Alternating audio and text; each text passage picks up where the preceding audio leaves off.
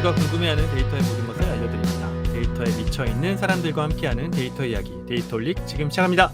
와우! 와우. 와우. 자, 저희 멤버 소개하면서 시작하도록 하겠습니다. 박 박사님, 네, 자동화 생각에 뇌가 기기로 바뀐 박 박사입니다. 반갑습니다. 반갑습니다. 반갑습니다.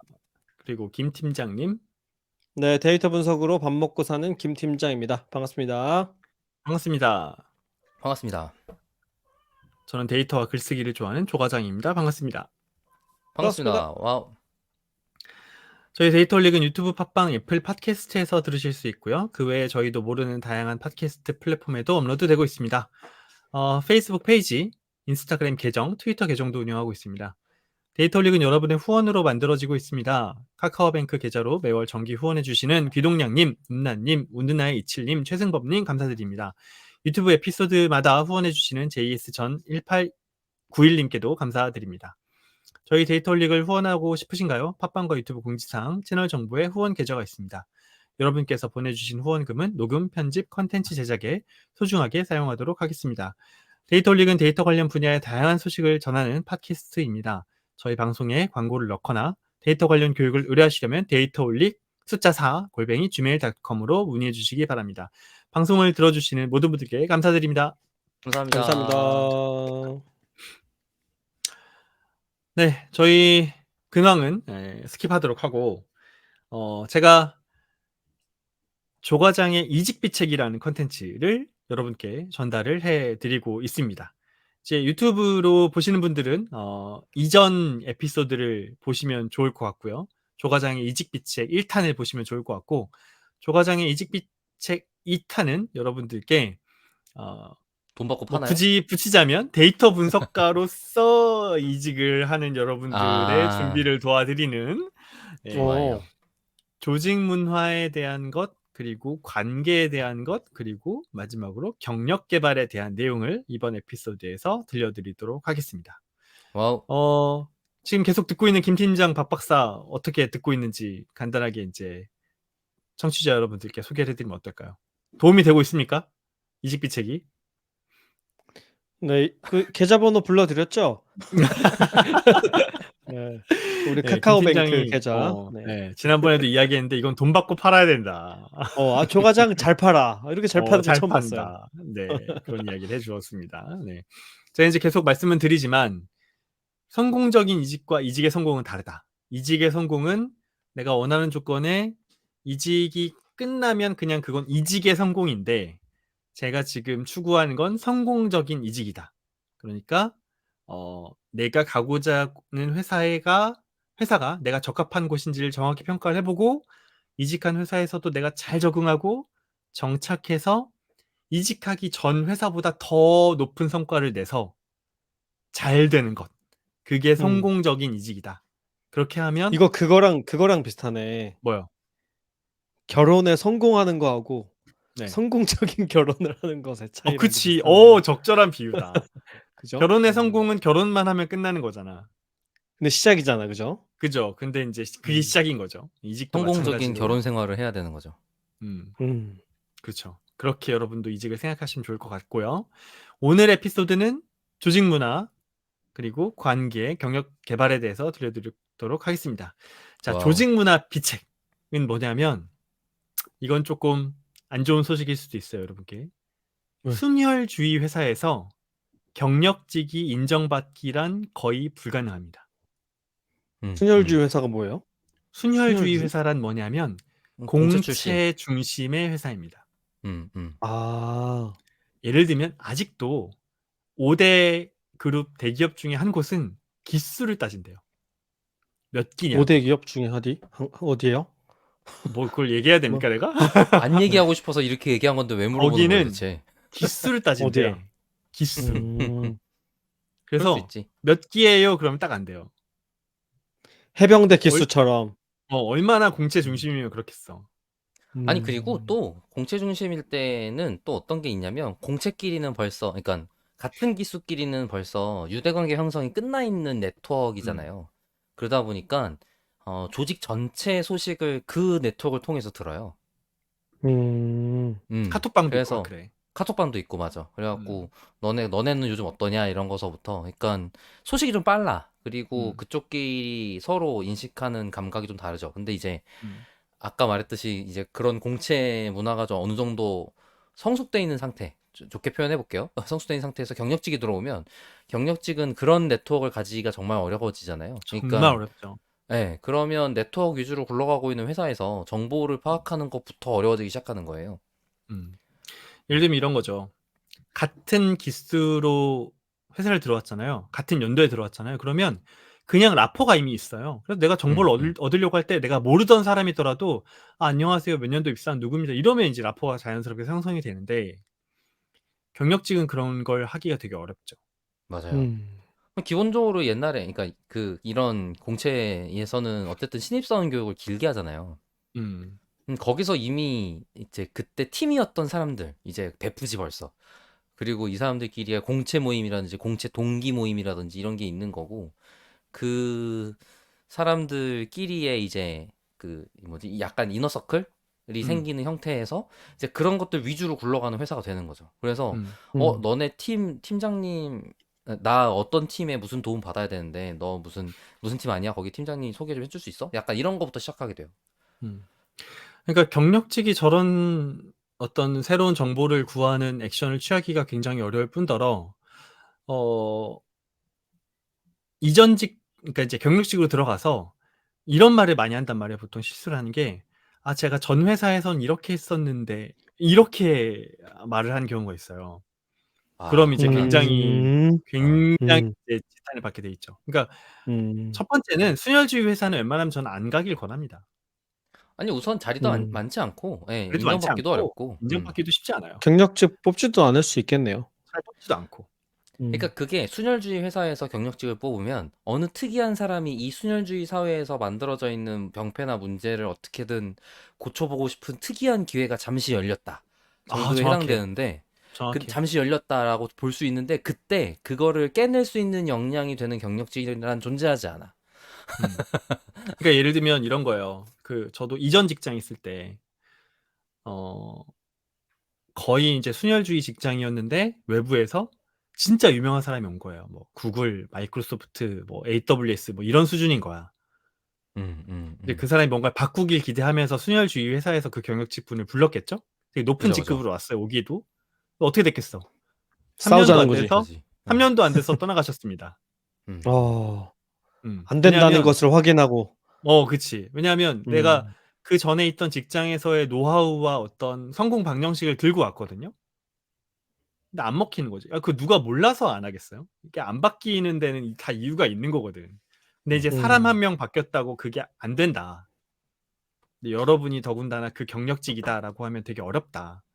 그리고 그러니까 또 음. 방금 말씀하신 그 뭐지? 되게 큰 기업, 좋은 기업에서 이직해서 온 사람조차도 생각을 해보면 이미 잘 돼 있는 상태에 들어가서 그걸 무엇인지 경험하기까지밖에 못 해본 거지, 그 그치. 문화를 그렇죠. 만들어낸 경험을 해본 건 아니란 말이에요. 음. 인프라 다 있는데 갔던 거지 그분도. 예, 예, 그쵸. 예. 그래서 좋은 인프라가 음. 뭐야까지만 알고 있는 거야. 음. 그러니까 그래서 이 좋은 인프라를 만들려면 어떻게 해야 되는 몰라. 겪어본 음. 적도 없고 자기 경험치도 아니고 자기 역량도 아닌 거예요. 근데 어디 음. 출신인 것 때문에 와서 그러면은 그걸로 부딪히다 보면 바뀌지 않을까? 같은 음. 기대감으로 사람을 채용하게 되는데 보통은 실패하죠. 음. 그러면 인제 뭐 "이렇게 해 보면 어때요? 저렇게 해 보면 어때요?" 다 이야기를 해 봐도 이미 다 해본 거일 확률도 되게 높아요. 맞아요. 사람들이 생각하는 게 다 거기서 뻔하기 거기거든. 때문에 거기서 음. 거기거든. 다 해 봤어. 그렇다고 심지어 뭐 그런 것도 유명한 것들은 다 노출돼 있단 말이야. 공유도 맞아, 맞아. 되고 어. 베스트 프랙티스 이래갖고 막 다 선진 있어. 우수 사례 이런 것도 해. HR은 음. 그런 거 다 갖고 와갖고 위에 이제 사장님한테 보고해갖고 이 회사에서 이렇게 하니까 좋다던데요. 그러면 너 우리도 한번 해봐. 음. 다 해봤단 말이죠. 음. 제가 그래서 본 바로는 결국 경력직은 순혈주의 회사에서 어떻게 인정받냐 하면 완전히 새로운 일을 하는 거예요. 완전히 새로운 일. 음, 음. 아, 원래 그 하던 일 사람밖에 못해. 말고 그 그러니까 그 조직에서 또 새로운 회사에는 없던 사업 부서가 생겼다든가 뭐 이런. 그쵸. 그 신규 사업 같은 거. 회사에는 없던 일을 하는 거예요. 음. 이따가 경력 개발에 대해서 조금 더 이야기를 할 텐데 그런 포지션으로 가야 살아남을 확률이 높고 새로운 접근을 하거나 아니면 새로운 사람을 연결시키는 것도 방법입니다. 어차피 많은 부분을 회사 내부적으로 해결하지 못하고 솔루션을 찾아 내려고 할 때 외부의 도움을 받기 십상이거든요. 근데 결국 사람이 움직인다는 건 그 사람이 보유하고 있는 네트워크가 같이 움직인다는 얘기잖아요. 그러니까 여러분의 힘으로 뭔가를 하려고 하지 말고 여러분을 통해서 연결할 수 있는 그 다른 누군가를 데리고 와서 모시고 와서 해결하려는 액션 같은 거는 조금 더 수능적으로 이제 좀 원활하게 진행이 되기가 좋아요. 저는 여러 진행이 될 명이 수가 같이 있어요. 간다는 얘기예요? 아니요. 그게 아니라 아무래도 예를 들면 이런 거예요. 예를 들면? 예를 들어 볼게요. 디지털 트랜스포메이션을 하고 싶어. 우리는 되게 네. 아날로그고 자동화되고 있지 않은 회사인데 디지털 트랜스포메이션을 하고 싶어. 근데 디지털 듣기만 해도 너무 트랜스포메이션 힘들다. 담당으로 여러분이 갔어요. 팀장이나 임원이나 음. 실무자로. 근데 여러분이 하기는 되게 어려워요. 근데 여러분이 과거에 있던 회사에서 디지털 트랜스포메이션 프로젝트를 했는데 그게 뭐 A라는 컨설팅에서 굉장히 잘했던 경험이 있어. 그리고 그 컨설팅을 하면서 그 A라는 컨설팅 회사의 여러 명을 내가 알고 있어. 그럼 그거를 연결하는 것도 여러분의 성과 중에 하나일 수 있다는 거죠. 개인이 하려고 하지 외부. 말고. 그쵸, 그쵸. 아. 그 컨설팅 회사도 어떻게 접근해서 들어와서 일을 하느냐에 따라서 성과가 굉장히 많이 달라지거든요. 그리고 그 그러니까 나 컨설팅 혼자 해결하려고 하는 게 아니라 그치. 뭔가 다른 외부의 힘을 끌어들여 가지고 순혈주의를 타파한다. 타파는 아니고 그러니까 순혈주의를 덜 순혈로 만든다. 이렇게 생각하면 돼요. 성과를 내기 위해서 여러분이 완전히 새로운 일이나 접근을 하긴 좀 어렵다. 그러니까 새로운 사람을 연결시켜 보자. 그런 것도 좀 방법이 될 수 있다는 말이죠. 저도 그리고 그런 거에서 비슷하게 생각하는 것 중 하나가 뭐냐면 아까 말한 그 회사 내에 자기의 업무 때문에 생기는 인프라들이 있다 그랬잖아요. 근데 그거를 회사 내에만 구축하면 이직하기 어려워요. 외부에도 좀 구축을 해놔야 돼. 그러면 내가 옮길 때 그 외부에 있는 건 안 없어져요. 그렇죠. 네. 그 다른 그래서 회사랑 뭐 한동안 협업 프로젝트를 했었다 그러면 그분이 있는 쪽으로 갈 수도 있고 그분이 그죠. 추천해 준 쪽으로 갈 수도 있고 이렇게 되는 거군요. 네, 그래서 외부 인프라를 쌓는 일을 게을리하지 않는 것도 중요한 일인 것 같아요. 제가 느끼기에는. 이제 대신 맞아요. 이제 도메인을 중요한 완전히 포인트네요. 그것 때문에 도메인을 완전히 버리기 어렵다라는 일들이 생기는 것 같기는 해요. 그러다 보니까.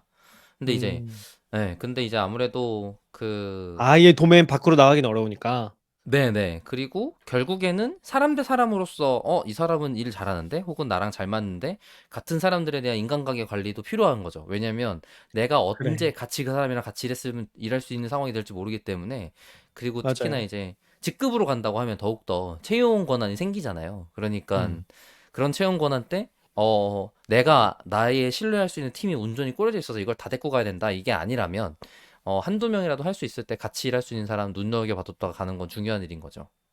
되게 중요한 포인트 짚어주셨습니다. 평소에 착하게 살아야 된다. 그렇죠. 그럼요. 그리고 심지어 막 나도 그 사람한테 인정을 받아야 돼. 그치. 그래야 내가 부를 때 오지. 뭐 소위 하는 말로 바닥이 좁다. 그럼요. 그렇죠. 굉장히 좁아요. 마음에 안 든다고 깽판 치면 안 된다. 네. 뭐 깽판까지 치진 않겠지만 어쨌든 되게 중요한 포인트를 박 박사가 지적을 그러네요. 해줬습니다. 네. 다음번은 내가 하던 대로 할 줄 알았다면 굉장히 오산이다. 하던 대로 하면 다 통할 줄 알았다면 굉장히 오산이다. 왜냐하면 여러분이 꼭 명심하셔야 될 게 그러니까 나에게 맞춰야 된다라는 생각을 하시면 안 돼요. 그 회사의 문화에 빠르게 적응하는 게 중요해요. 그렇죠. 근데 가끔 그런 분들이 있거든요. 특히 직책자로 가시거나 조금 높은 직급으로 가시면 나한테 맞춰라. 내가 뛰어나서 여러분의 회사에 영입이 돼 온 거니 나에게 맞춰라라는 분들이 간혹 있거든요. 근데 그러면 영심리에 차서 가신 분들이 가끔 있지. 그러면 쉽지 않아요. 그래서 고집을 부리면서 자기가 원래 있었던 곳의 문화를 주입시키려는 사람들은 100이면 100 다 망했어요. 내가 아는 한에서는. 예를 들면 근데 그거 되게 안 그러기도 어려울 것 같다. 예를 들면 봐봐요. 뭐 예를 들 회사가 너무 높은 회사밖에 없긴 하지만 뭐 이런 예를 들면 좀 낫겠다. 나 구글에서 왔어요. 구글은 그래, 이렇게 해요. 그러니까. 이런단 말이야 사람들이. 그리고 거꾸로 물어보기도 해. 구글에서 오셨다면서요? 구글은 어떻게 해요? 이렇게 물어본단 말이야. 그럴 때 그러니까 마치 뭔가 우위에 있는 것처럼 전달하려고 그렇지. 하면 안 되는 거지. 근데 그렇게 생각 안 하기가 되게 어렵지 않아요? 나 그러니까 구글인데. 나는 구글인데. 나 구글 출신인데 근데 이거예요. 정확히 나 여기 온 얘기하면 이유가 구글 출신이라서인데 이렇게 생각할 거 아니에요. 여러분은 구글에서 일을 잘했던 거지 여러분 개인은 구글을 대표하지 않아. 그냥 그니까. 그 시스템과 환경에서 잘했던 거야. 그러니까 나 구글인데 아닌 거지. 아닌 거지. 이제 바뀐 거야. 그래서 제가 추천하는 건 뭐냐면 내가 이동한 그 회사에서 어떻게 성과를 내는지를 빠르게 잘 지켜봐야 돼요. 음. 그러니까 이거예요. 정확히 얘기하면 시간이 여기에 조금 룰을 빨리 깨치는 거군요. 시간이 조금 흐른 다음에 이런 걸 물어보는 거지. 여기에서 누가 제일 일 잘해요? 음. 여기에선 누가 일 제일 잘해요를 물어본 다음에 그 사람에 대해서 인제 알게 되면 그 사람은 보통 어떻게 일해요? 이런 식으로 정보를 파악하고 문화를 파악하는 게 되게 중요해요. 근데 여기서 중요한 건 여러 사람의 말을 들어봐야 돼요. 왜냐하면 음. 일을 잘하는 사람도 적이 있기 마련이고 어떤 사람은 일을 잘한다고 판단하는데 어떤 사람은 일을 잘 못한다고 판단할 수도 있어요. 근데 여러분이 그럴 수 있죠. 경력직으로 이직을 하면 되게 많은 사람들이랑 그 티타임을 하게 될 거예요, 인사 겸. 그럼 그럴 때마다 정말 인사만 하지 말고 이런 걸 물어보면 좋아요. 제가 이제 이직을 해서 왔는데 빨리 이 문화에 적응을 해서 성과를 내고 싶다. 어떻게 일하는 게 여기서 일을 잘한다는 거예요? 라는 것 같은 질문을 던져보세요. 그럼 어떤 음. 사람은 여기선 관계가 중요하죠. 라고 대답하는 사람이 있고 어떤 사람은 저희는 시스템이 잘 갖춰져 있기 때문에 그런 걸 착실하게 수행하는 사람이 좋아요. 어떤 사람은 뭐 새로운 아이디어를 내는 게 가장 중요한 것 같아요. 뭐 이런 식으로 대답을 할 거예요.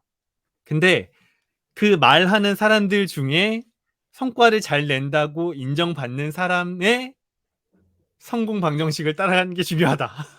내가 보기엔 음. 그렇다. 음. 고거를 잘 해석을 해야 된다. 네, 여러분께 음. 조언을 드려봅니다. 그 얘기가 그러니까 결국에는 그 회사 음. 내에 잘 적응하기, 회사에 순응하기인 것 같은데 실제로 그런 것 같아요. 그게 음. 내가 알던 회사, 내가 전에 있던 회사의 경험치를 바탕으로 이 회사에 무언가를 하려고 하는 것보다는 이 회사의 방식대로 내가 성과를 내기를 먼저 해야 돼.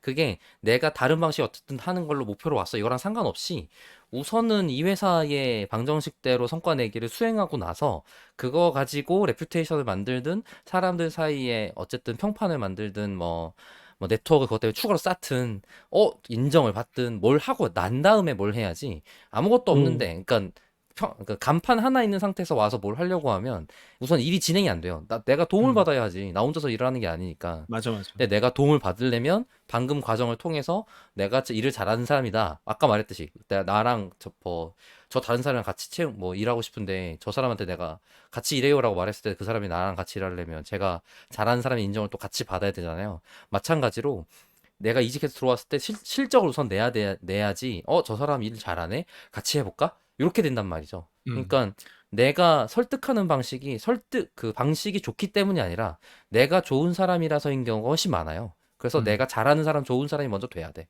그래서 되게 태도로서 이야기를 해보면 겸손해야 된다. 음, 외부에서 온 음, 사람은. 음. 그게 진짜 중요하다. 근데 또 너무 음. 겸손해도 안 돼. 많이 배우겠습니다. 이러고 돌아다니잖아요. 그러면 이런 말 돈다고. 저 사람은 배우러 회사 경력직으로 들어왔어? 이런다고. 그래서 내가 할 수 있는 나의 역량을 되게 객관적으로 잘 알고 있되 당당하면서도 겸손해야 된다. 그러면서도 그렇게 빨리빨리 정보를 캐치하자. 말하는 사람들이 있나 보네요. 많이 배우겠습니다. 이렇게. 그럼요. 너무 어, 겸손한 사람도 있어요. 겸손이잖아요. 음. 그 그, 얘기가 겸손해 보이기 때문에 하는 말이다. 그러니까 주관을 가지되 이제 회사의 방식을 따라야 되는데 이 두 개를 섞어서 혼동하는 경우가 생각보다 많아서 음. 그거는 그러니까 조심해야 되는 것 같아요. 약간 고수처럼 보이는 게 중요한 것 같아. 내가 보기에. 어떻게 해야 무스러워 뭐냐면 보이는데. 봐봐 이런 거야. 상황이 이런 거야. 뭐지? 예를 들면 이런 거예요. 구글에서 오셨다면서요? 저희 많이 가르쳐 주세요. 저희 지금 뭐 엉망이고 뭐 어쩌고저쩌고. 그럼 이제 그런 사람이 그런단 말이야. 아유, 사람 사는 거 다 똑같죠. 뭐 구글이나 여기나 다를 바 없어요. 뭐 이제 여기 계신 분들이 워낙 잘하셨으니까 뭐 이런 식으로 대화를 처음 시작하는 사람이 훨씬 편한 거지. 그러니까 음. 그걸 물어보는 사람으로 하여금 기존의 회사에 있는 오히려 더 사람들이 스스로 신뢰하게. 못나 보이지 않되 저 사람이 뭔가 조금 그래도 태도도 좋고 배우고 싶네라는 생각이 들게끔 해야 되는데 그게 되게 좀 어려운 부분이긴 하죠. 음. 근데 이렇게 차곡차곡 쌓아나가지 않으면 어쨌든 이직한 회사에서도 1-2년만 다니고 퇴사하려고 이직하는 건 아닐 거 아니에요. 근데 여러분이 신입사원일 때 회사에 들어갔을 때 태도를 생각해 보면 배우려고 하고 뭔가 조금 이제 태도도 중요하고 신뢰감도 얻어야 되고 그랬잖아요. 그거랑 똑같은 거예요. 근데 자칫 경력직이라고 너무 콧대를 세우고 가지 마셔라라는 게 요 이야기의 핵심이었습니다. 자, 그리고 세 번째 이제 그 조직 문화에서 세 번째는 들어보신 분들이 계실 수 있는데 고맥락 문화와 저맥락 문화라는 게 있어요. 그게 뭐냐면 고맥락. 고맥락 문화는 맥락이 중요한 문화예요. 상황이 중요한 문화예요. 척하면 척하는 그런 문화예요. 저맥락 센스. 문화는 뭐냐면 저맥락 문화는 뭐냐면 컨텍스트가 차지하는 비율이 낮아요. 그러니까 메시지가 중요하고 계약서가 중요하고 이메일이 룰이 중요하고 중요하고. 룰이 중요하고 원칙이 중요해서요. 근데 우리나라는 대부분 고맥락 문화예요. 아, 딱 보면 알잖아. 약간 이런 느낌인 거지. 느낌적인 느낌 이런 거죠. 근데 회사에도 고맥락 인간이 있고 저맥락 인간이 있어요. 음. 이런 거예요. 어떤 사람은 이메일을 보내잖아요. 그러면 답장을 안 해. 음. 답장 안 해가지고 이상해서 네. 건너 물어봤어. 근데 이런 이야기를 해요. 그 사람은 경력직으로 와서 건방지게 이메일 보내면 내가 회신할 줄 알았나 보지? 이런 이야기를 한단 말이야. 뭐라고요? 뭐라고요? 이 엄청난 고맥락 인간인 거지. 예? 이 사람은 얼굴을 봐야 그 다음에 이메일이 트는 거야. 음. 그런 문화 그러니까 있어요. 맞아. 그런 문화가 있어. 중요해, 그런 중요해. 사람이 아 있어. 그래요? 나 정말 이해가 무슨 그거랑 되게 비슷한데 군대에서 근데 어떤 사람 이래. 어떤 사람 되게 오. 저맥락 인간이어서 전화를 하거나 찾아가잖아요. 그러면 이메일로 주세요. 이런단 말이에요. 왜 왔어요? 이런 사람이 있어요. 맞아. 왜 왔어요? 이메일로 뭐하러 하거나 왜 왔어요? 그러니까 이거를 빠르게 아 이게 파악하는 게 중요해요. 고맥락 저맥락이 얘 맞아요? 그냥 이상한 사람 같은데. 아니야. 그렇지 오. 않아. 나름의 다 그래? 이유가 있다니까. 오. 아 그러니까 그렇게 하는 데는 이상한 고맥락 사람이라서가 인간은 아니고. 뭐냐면 봐봐요. 고맥락 인간이 이상한 사람처럼 보일지 몰라도 이 사람한테 좋은 게 있어요. 예를 들면 얼굴을 트고 친해지고 친밀감이 높아지고 신뢰가 높아지잖아요. 그러면 이 사람은 내가 없을 때도 나의 아군이 돼 줘. 누가 나를 욕하면 음. 막 그걸 방어해 주고 원칙을 조금 벗어나는 뭔가 조금 부탁을 해도 들어줄 확률이 높아. 음. 근데 저맥락 인간은 원칙에서 벗어나거나 아니면 문서에 명시되어 있지 않은 일은 되게 꺼려해요. 대신 음. 문서로만 정확히 남기면 회신을 철저하게 주고 약속된 건 잘 지킬 줄 아는 그런 사람이 있는 거지. 그러니까 사람마다 조금씩 달라요. 근데 문제는 여러분이 어쨌든 이직을 하고 나면 기껏해야 만나는 사람 많아야 한 20-30명 정도 될 거란 말이에요. 그럼 조금 번거롭고 복잡한 일이겠지만 특히 중요한 사람들이 있어요. 근데 그 중요한 사람들은 어떤 커뮤니케이션 방식을 선호하는지를 좀 아는 게 좋아요. 예를 들면 아 사람에 따라서 그쵸. 근데 예를 커뮤니케이션 방식이 들면 다르니까 그거에 어 맞춰서 나도 대화를 한다. 아까 박 박사가 팀장에 대한 중요성을 이야기했잖아요. 우리 팀장님은 똑똑하고 방에 들어와서 일단 앉아 가지고 한 5분 정도 안부 묻고 나서 어떤 그 일에 대해서 깊이 있게 논의하는 걸 좋아해라는 팀장님이 있을 거고 어떤 팀장님은 일목요연하게 이메일로 정리해서 먼저 딱 보내고 나서 그다음에 "제가 보냈던 메일 어떻게 생각하세요?"라고 물어보는 걸 좋아하는 팀장이 있단 말이에요. 이걸 만약에 반대로 음. 한다고 쳐 봐. 어. 굉장히 그 어긋난 커뮤니케이션을 하게 되겠죠. 음. 요런 걸 잘해야 된다. 요런 걸 여러분이 그동안 하던 방식이 아니라 그 회사에 있는 사람한테 맞추면 훨씬 더 편하다. 이게 다 성과 내자고 중요하다고 이야기를 드리는 겁니다. 성공적인 약간 이직에서 알아야 되는 음. 거죠, 이게 지금? 근데 뭐 꼭 이직만은 아니지. 사실 이런 건. 그러니까 일반 직장 생활을 넘어서 일반 인간관계에 다 적용이 될 수 있는 이야기인 근데 거는 이제 같네요. 차이는 그죠? 이거죠. 음. 원래 거기에서 공채로 있거나 원래 조직의 사람이면 '아 저 사람은 이메일로 보내야지. 대화로 해서 하면 일 잘 안 풀려. 잘 기억도 못 해.' 이걸 다 서로 알고 있잖아. 그러니까 개개인의 어떤 맥락들이 다 인정을 받고 있고 그게 통용이 되는 문화예요. 복합적으로 살아가고 있는 사람들인데 새로운 사람이 들어갔을 땐 그걸 파악하기가 어렵잖아요. 음. 그러니까 빨리빨리 캐릭터들을 좀 파악을 해야죠. 그러니까 의도적으로 이걸 파악하려는 노력을 할 필요가 있다는 거군요. 결국 조직 문화는 개개인의 합의 어떤 유기체적인 거잖아요. 화학적인 어떤 결합이고, 그러니까 그거를 빨리빨리 파악을 하는 게 중요해요. 너무 일만 바라봐서는 안 된다고 나는 생각해요. 음. 조금 더 해보면, 고맥락 문화와 저맥락 문화의 단어가 약간 지금 사람의 커뮤니케이션 방식의 일종으로 소개가 되면서 약간 의미가 틀어진 것 같다라고 느껴지는데, 제가 이해하고 있는 고맥락과 저맥락에서는 내가 사전 정보를 얼마나 들고 있어야 되는가로 저는 이해하고 있어요. 음, 그러니까 사전 정보가 많이 있어야만 대화가 되거나 이제 일을 할 수 있으면 그게 고맥락 문화다인 거고. 그러니까 조 과장은 지금 제가 느끼기에는 고맥락 문화가 우리나라에는 대부분이기 때문에 그걸 파악하는 게 중요하다라는 얘기를 하신 것 같고, 제가 느끼기에는, 그러니까 음, 저맥락 문화는 그런 걸 파악하지 않더라도 일할 수 있는 환경으로 구성되어 있는 것처럼 느껴지거든요. 그러니까 예를 들면 제가 개발자들이 일할 때 제일 중요한 건 소통하면 안 된다라고 생각한 적이 있어요. 근데 음, 아마존의 제프 베조스가 그걸 주장했더라고. 개발자가 음. 일을 하게 만들기 위해서는 소통할 기회를 없애야 된다고. 그러니까 근데 커뮤니케이션은 비용이니까 줄여야 된다. 맞아요. 근데 이런 식의 얘기죠. 그게 무슨 뜻이냐면, 그 사람이 일할 때에 일하기 위해서 필요한 정보가 그냥 한 번에 다 주어져야 돼요. 내가 다른 사람들을 통해서 알아내갖고 상식으로 들고 있는 채로 일을 시작하는 게 아니고, 얘가 일하기 위해서 필요한 정보가 처음부터 그냥 다 주어져 있어야 돼. 음. 음, 그러니까 예. 명시적이냐 암묵적이냐의 차이인 거지. 그런 그런 것도 느낌인 거죠. 있죠. 예, 예. 그런 어. 느낌도 있을 수 있어요. 그래서 저맥락 문화라고 하면 내가 하는 말이 리터럴리 그냥 그 뜻이야. 근데 고맥락 문화라고 하면 내가 말한 게 어떤 함의를 담고 있어.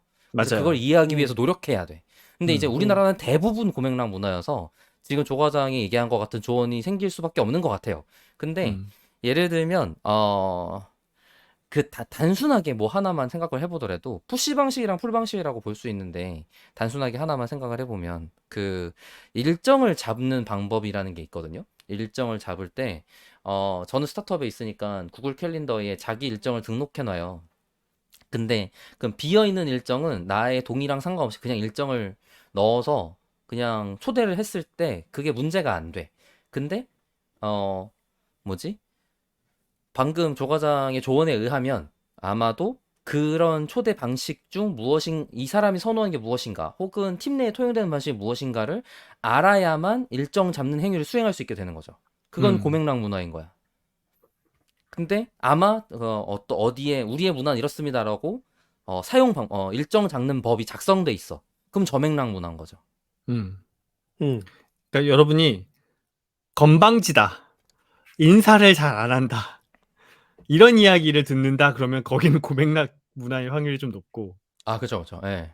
체계가 음. 없다, 프로세스가 없다, 관리하지 못한다, 뭐 이런 이야기를 들으면 이제 좀 저맥락 문화의 확률이 조금 더 있다. 뭐 음. 절대적인 고저를 음, 이야기하는 건 아니지만, 완전히 음, 사전적인 음, 예시로 보면 고맥락 문화는 아까 그죠? 박 박사 이야기한 것처럼 함축과 관련이 있고, 음, 음. 뭐 눈빛, 몸짓, 어조의 변화 이런 거랑 있고, 명시성이 저맥락 문화에 더 기인하는 거고, 내가 생각할 땐 개발자 문화는 저맥락 문화가 더 효율적이고 그게 더 바람직한 것 같긴 해요. 어쨌든 아, 중요한 그게 그것도 좀 논란이 있는 거 그런가? 같긴 한데, 예, 네. 그러니까 어떤 느낌이냐면, 개발자의 업무는 명시적일 가능성이 높아요. 그러니까 음, 명시적으로 만들어낼 수 있는 가능성이 높아요. 그, 그 일이 그럴 가능성이 높다는 게 아니라 그 일을 명시적화 시키기가 좀 수월하다고 해야 될까? 음, 왜냐면 음. 써져 있는 대로 만들기라는 걸 해야 되거든요. 결국에는 번역에 해당돼서 번역이 잘 됐는가를 검토해야 되기 때문에 이미 업무 자체가 그 명시화를 전제로 하고 있는 경우가 많아요. 그러니까 명시화 됐기 때문에 서로 커뮤니케이션 하는 일이 줄어들거나 인 상황이 가능해지죠. 근데 이제 그게 그러니까 아닌 명시화 업무들은 됐을 때 효율이 발생하기 좋은 구조죠.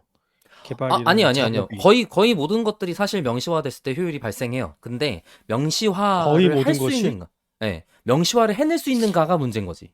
자, 우리 우선 고맥락과 이건 저맥락에 너무 논의가 빠지지 맙시다. 논의가 그래요. 네, 그러니까. 네. 어. 하여튼 그 정도로 그래서 알면 좋다.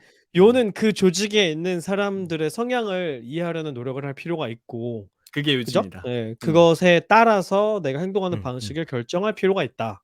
인 것 같아요. 그게 고맥락이냐 저맥락이냐가 중요한 건 아니고. 그게 뭐 요지입니다. 그럴 수 네. 있죠. 예. 네. 네. 그게 필요하다. 알겠습니다. 자, 네. 그리고 다음 챕터는 관계입니다. 관계. 이거는 조금 짧게 한번 넘어가 볼게요. 관계는 뭐냐면 여러분을 모두가 지켜봅니다. 여러분을 쳐다보지 않는다고 관심이 없는 게 아니에요. 무서워. 여러분이 없을 때 여러분 얘기를 엄청 합니다. 그러니까 그래요? 인사 잘하고 잘 웃으시고 가르치려 들지 마십시오. 그래서 여러분이 없을 때 여러분에 대한 첫 번째 평가가 그 사람 괜찮던데? 요 정도로 시작하는 게 지상 최대 목표라고 생각해야 됩니다. 요거는 한번 곱씹어 보세요. 네. 논의는 하지 그건 아까 않을게요. 제가 얘기한 거랑 비슷해요. 일 잘하는 사람이랑 같이 일하고 싶으면 나도 그 사람한테 좋은 인상이었어야 되는 거죠. 그리고 요거는 조금 재미있는 이야기인데 여러분을 싫어할 사람이 정해져 있어요. 그건 총량이 정해져 무슨 있습니다. 말이야? 맞아요. 아니. 네. 여러분을 싫어할 사람이 정해져 있어요. 왜? 그 사람을 여러분의 적으로 돌리면 안 돼요. 뭐냐 하면 사업의 확장으로 생긴 공석이든 누군가의 퇴사로 생긴 공석이든 아마 누군가는 여러분이 간 그 자리를 차지하고 싶었을 거예요. 여러분은 그 사람이 가고 싶었던 자리를 차지한 거예요. 그죠. 그러니까 그 사람은 이직해서 갔으니까. 그 사람은 여러분을 좋아할 수가 없어요, 기본적으로. 내 자리인데 저기 어. 이런 생각을 한다. 아니 모든 조직이 그렇잖아요. 예를 들면 축구에서 미드필더가 다쳐 가지고 외부에서 영입했어. 그럼 2군에 그 미드필더 후보가 없었겠어요? 팀 내에 없었을까? 다 있어. 어느 회사든 후보는 있어. 근데 그 후보가 부족하다고 판단했거나 아니면 뭐 새로운 사람이 필요했거나 아니면 특정 누군가를 너무 영입하고 싶었거나 여러분이 이제 어떤 경우에서든 들어왔겠죠? 그러니까 싫어할 사람이 정해져 있는 거예요. 여러분을 싫어할 사람이. 아니면 같은 나이대거나 그것만으로도 싫어할 수 있어. 그래서 어쩔 수 없다는 거예요? 싫어할 그러니까 사람이 있는 것은 어쩔 수가 없다? 어쩔 수 없는데 최소한 그 사람이 아군이 되길 바라진 않을지언정 적으로 돌리면 안 돼요. 나를 싫어하지만 적은 아니다. 그 사람을 자꾸 밟으려고 하면 안 돼. 업신여기고. 그거는 그냥 사람이 그러면 안 되지. 그러면 안 되는데 내가 성과를 내기 위해서는 어쨌든 경쟁할 수밖에 없단 말이에요, 사람들이. 회사 내에서. 특히 조심해야 될 사람들, 오히려 더 존중하고 좀 더 챙겨줘야 될 사람들은 이제 여러분을 싫어할 만한 사람들. 그거는 조금만 맥락적으로 보면 보여요. 아니 근데 회사 내에서 어떤 사람을 업신여기거나 소위 밟으려고 하는 그런 사람이 있어요? 없을 것 같아? 좀 물어보는 거예요. 그런 사람들 경험하신 많아요. 적이 있어요? 많아요? 많아요. 그리고 제 경험엔 일정 수준의 대기업일 때나 그나마 필터링이 돼서 그 정도다에 가까워요. 그나마 인성이 아주 하자인 사람들은 대기업에 좀 덜 있는 거다. 네. 왜냐면 그럴 수 있겠네. 최소한의 안전장치들을 그나마 갖추고 간 거기 때문에 어떤 사람은 미칠 때는 더 심하죠. 네. 그래서 소위 그 뭐 조조소 같은 곳을 이제 묘사하는 것을 보면 말도 안 되는 인간들이 막 있는. 그게 거군요. 말도 안 되는 인간이 아니라 실제 일어난 일이에요. 있는 거고. 그러니까 인기를 받지, 공감을 받고. 공감을 어떤 하는 사람은 이렇게 공공연하게 이야기해요. 내가 승진하는 방법이 두 가지가 있는데 하나는 리더를 바보처럼 보이게 만들어서 끌어내리는 것. 두 번째는 내 경쟁자를 제거하는 것. 이렇게 이야기하는 사람도 있어요. 그게 중요한 노하우라고 생각하고 그거 전파하는 중요한 사람들. 노하우라고 생각한다니까? 세상에. 회사 전쟁이야, 이 사람아. 너무 끔찍하다. 너무 끔찍한 세상인데? 아무튼 아니 그런 생각을 하는 사람들이 조직 내에 몇 명 있다고만 생각해도 되게 있어요. 끔찍한데? 그러면 그 사람은 회사에 갈 때마다 그런 생각을 머릿속에 가지고 사람들 대하고 있다는 얘기잖아요. 대부분의 무섭다. 회사는 그런 생각을 갖고 있는 사람과 생각이 없는 사람들로만 구성돼 있어요. 거의 대부분의 그치. 회사는. 그치. 아, 그러니까 무슨 소리 하는 거야? 요지는 너무 이거예요. 끔찍해. 나이브하면 안 된다. 순진하면 안 된다. 승진하면 안 돼요? 순진. 순진하면 안 순진하면 안 되지. 돼. 나이브하지 마라. 예, 예, 예. 음. 그치, 특히 그치. 경력직으로 들어가면 진짜 나이브하면 안 된다. 음. 아무튼 총알이 이런 빗발치는 전쟁터라고 호시탐탐 생각하셔라. 노리는 늑대들이 음. 도처에 널려 있다. 그렇죠. 자, 다음은 마지막 챕터입니다. 경력 개발에 대해서 여러분께 말씀을 드릴게요. 어쨌든 여러분이 회사에서 커리어를 이렇게 쌓고 경력을 개발을 해야 되잖아요. 경력 개발은 곧 성장을 의미하고 성장은 곧 시장 가치를 의미하기 때문에 내가 굳이 다시 이직을 하지 않는다고 해도 내 시장 가치를 올리는 거는 필수적으로 늘 해야 되는 일임에 분명하죠. 그죠? 근데 이 경력 개발에서는 제가 첫 번째로 잡은 주제는 뭐냐면 여러분의 자리가 공고에 올라온 이유에 대해서 잘 살펴봐야 돼요. 그 포지션이 공고로 올라온 이유. 왜 자리가 비었는가? 자리가 확장된 걸까? 아니면 누가 나가서 내가 들어가는 걸까? 왜 그 포지션은 경력 사원을 뽑았을까? 요거를 잘 봐야 돼요. 맞아요. 저도 첫 맨 번째는 처음에 맨 처음에 면접 가면 물어보는 게 그거예요. 자리가 음. 왜 생겼는지. 각각의 장단점이 있어요. 그러니까 첫 번째는 사업이나 조직이 확장으로 만들어진 새 포지션. 두 번째는 퇴사자나 이동 인원으로 발생한 공백. 그래서 그 공백을 메우기 위한 거. 이제 각각의 장단점이 있다고 말씀드렸어요. 첫 번째, 새로운 포지션. 새로운 포지션은 새로운 포지션에 여러분이 합격한 이유는 뭐냐면 여러분이 보유한 역량이나 경험을 내부적으로 대체할 수 없었기 때문이에요. 뭔가 확장이 대신할 사람이 됐는데 없다. 대체할 사람이 없어. 그러니까 축하해야 될 일이죠. 이미 경쟁력을 인정받아서 입사한 거예요. 아마 처우 협상에서도 굉장히 우위를 점했을 거고 되게 많은 기대를 받고 입사를 했을 거예요. 근데 좋은 점만 있을 것 같은데 이게 위기도 있어요. 그러니까 기회도 있는데 위기도 있는 거예요. 뭐냐 하면 와봤는데 쓸모없는 일이었어. 뭐 이런 거 아니야? 그렇지. 빠른 시간 내에 성과를 보이지 못하면 안 돼요. 맞아. 그러니까 남은 시간이 별로 없어. 압박감도 심해. 무에서 유를 창조해야 돼. 저는 증명해봐, 방금 증명해봐 이러면서 보고 있는 거네. 방금 말한 무에서 유를 창조해야 돼 공감 진짜 많이 가요. 방금 음. 새로운 일이라고 말씀하셨잖아요. 그러다 보니까 내부에 그 일을 이해하는 사람이 없다는 뜻이기도 하거든요. 그러니까 그쵸. 도움을 받을 기회가 없어요. 예. 증명하기도 어렵네. 평가를 제대로 예, 받기도 예, 어렵고. 그건 평가를 약간 받을 수 있는 환경도 아니고 아까 그러네. 말한 것처럼 증명을 빠르게 해야 됨에도 불구하고 왜냐면 사람들은 큰 돈 들여서 내부에 없다고 판단하고 외부에서 끌고 왔으니까 얘가 빨리 성과를 내줘야 되거든요. 근데 성과가 안 나오면 이제 평가가 박해지기 시작해요. 근데 이제 그 성과라는 게 이제 그 일을 아는 사람들은 세세하게 평가를 인정해 줄 수 있잖아. 그 성과를 인정해 줄 수도 있는데 모르는 사람은 갑자기 계단으로 점프되는 빵 뭐 하나 나와야 성과가 된단 말이에요. 그러니까 너무 힘들어요, 그게. 그래서 그리고 그 데이터 사이언티스트들이 그런 맞아요, 맞아요, 처우를 맞아요. 겪는다는 그쵸. 얘기를 많이 들었어요. 네. 뭔가 그렇게 되는 엄청난 걸 거지. 해줄 줄 알고 데려왔는데 사실 데려온 사람도 뭘 시킬지 모르고 데려온 경우가 많잖아요. 맞아요, 맞아요. 맞아요. 그러니까 거기 가서 어떤 것을 보여주기가 쉽지 않지, 양쪽이 다. 이게 뭐냐면 새롭게 만들어진 포지션이잖아요. 그러니까 없어지기도 쉬워요. 맞아, 맞아. 그치. 아 이거 안 된다 그러고 없애기도 쉬워. 경기 안 그러니까 좋으면 빼자, 제일 먼저 하지 마. 날아가는 거지. 맞아, 맞아. 그러니까 여러분이 퇴사당하진 않을 거예요. 근데 역량이나 경험이랑 자리가. 전혀 상관없는 부서에 배치받을 수도 있어요. 그래, 뒤에. 데이터 분석까지.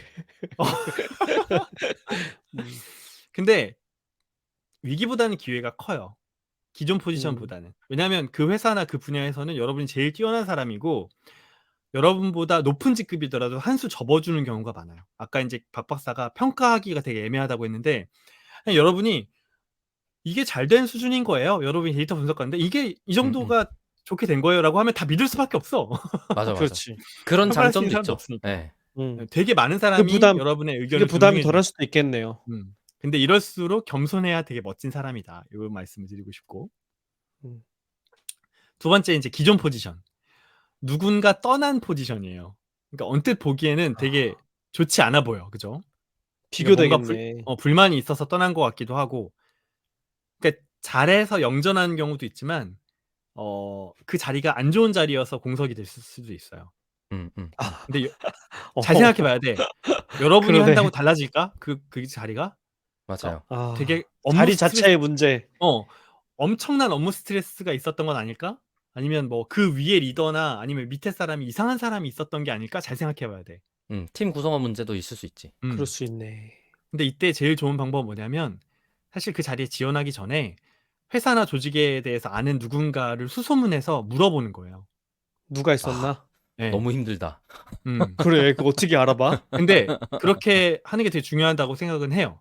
그러니까 맞아요. 사실은 누가 가더라도 저기는 퇴사하는 자리고 이동할 만한 자리면 아무리 좋은 조건을 제시한다고 하더라도 걸러야 돼요. 왜냐하면 여러분이 간다고 달라지지 않아요. 그러니까 막 들어서 나간 자리다. 그 제가 누가 컨설팅에 와도. 잠깐 있었잖아요. 네. 제가 가서 한 달 만에 거기가 그만뒀거든요.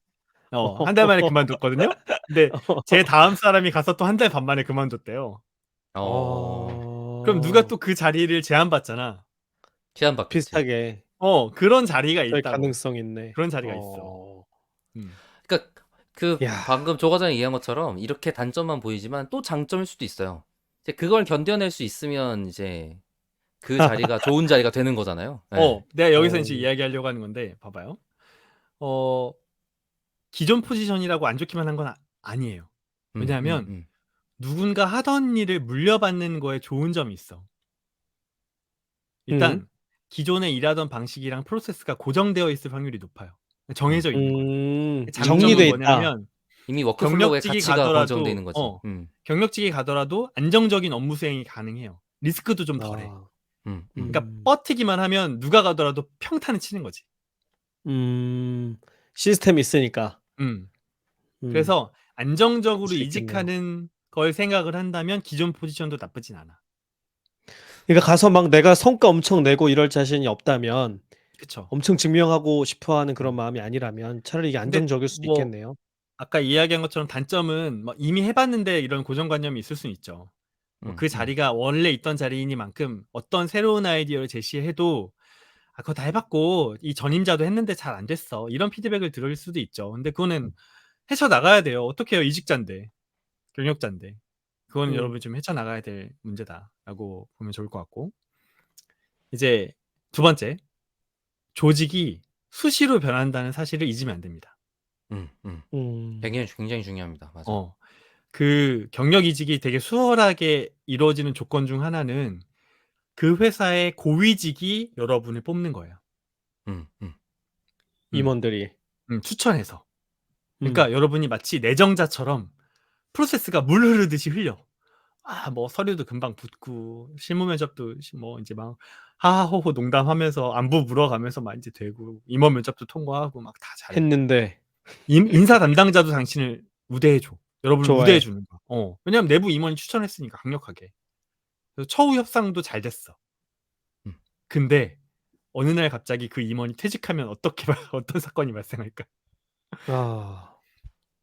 그럼 이제 전체적으로 평가도 박해지고 음. 업무가 갑자기 그 방금 추천했던 고위 임원이 중요하게 생각했던 업무의 우선순위가 낮아지고 이런 일들이 발생하죠. 그러니까 종종 발생해요, 이런 게. 왜냐면 종종 정도가 아니에요. 이직에 실패하는 제일 중요한 케이스 중에 하나가 이건 것 같은데? 그러니까 이렇게 예를 들어 볼까요? A라는 임원이 눈여겨보던 경쟁사나 타 회사에 B라는 실무자가 있었어요. 이제 여러분이 B예요. B 실무자예요. 근데 이 A라는 임원이 야, B야, 너 오면 진짜 우리 회사에 큰 힘이 될 거야. 그래서 영입에 진짜 공을 들였어. 밥도 사주고 하루 이틀 만난 것도 아니고 막 1년째 계속 보고 있어. 근데 소위 꽂았어.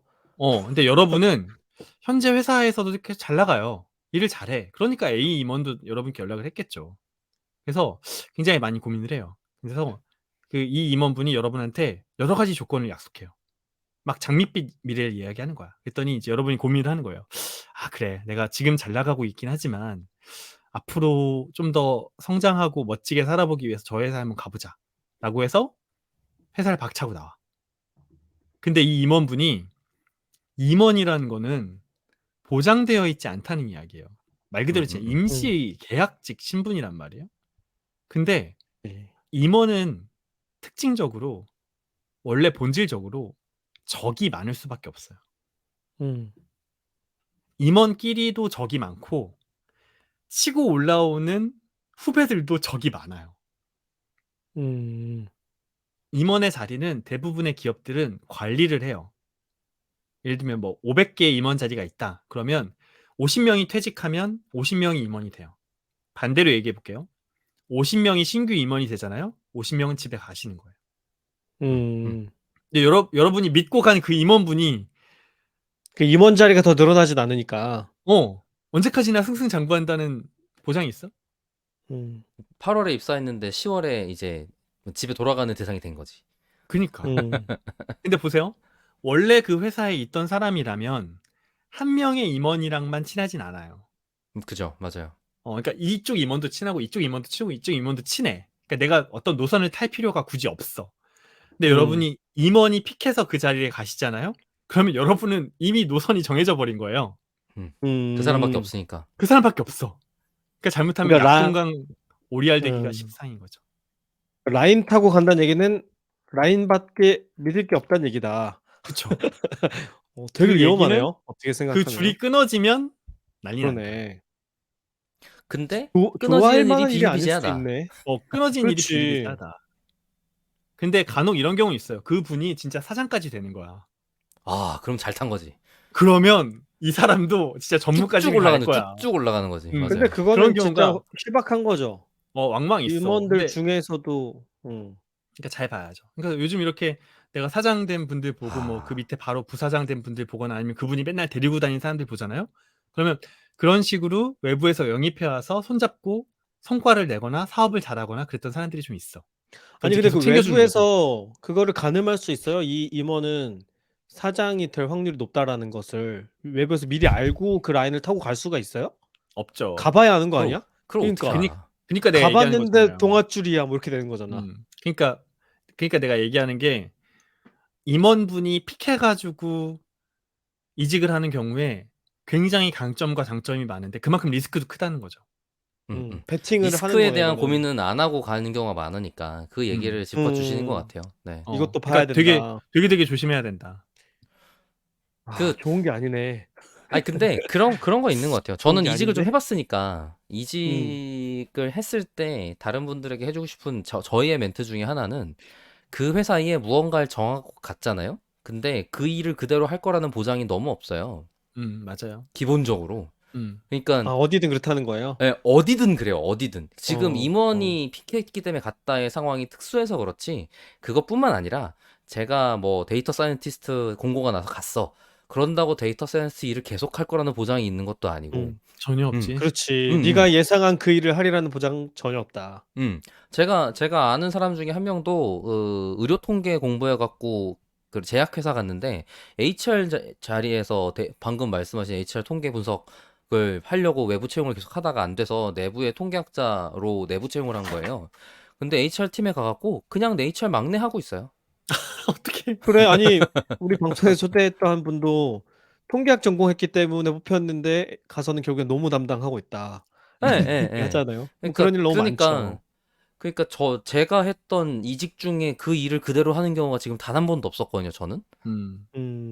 그래서 제가 선택지를 놓고 이직을 고민할 때 그 업무 갖고 고민하지 않아요. 그래서. 네.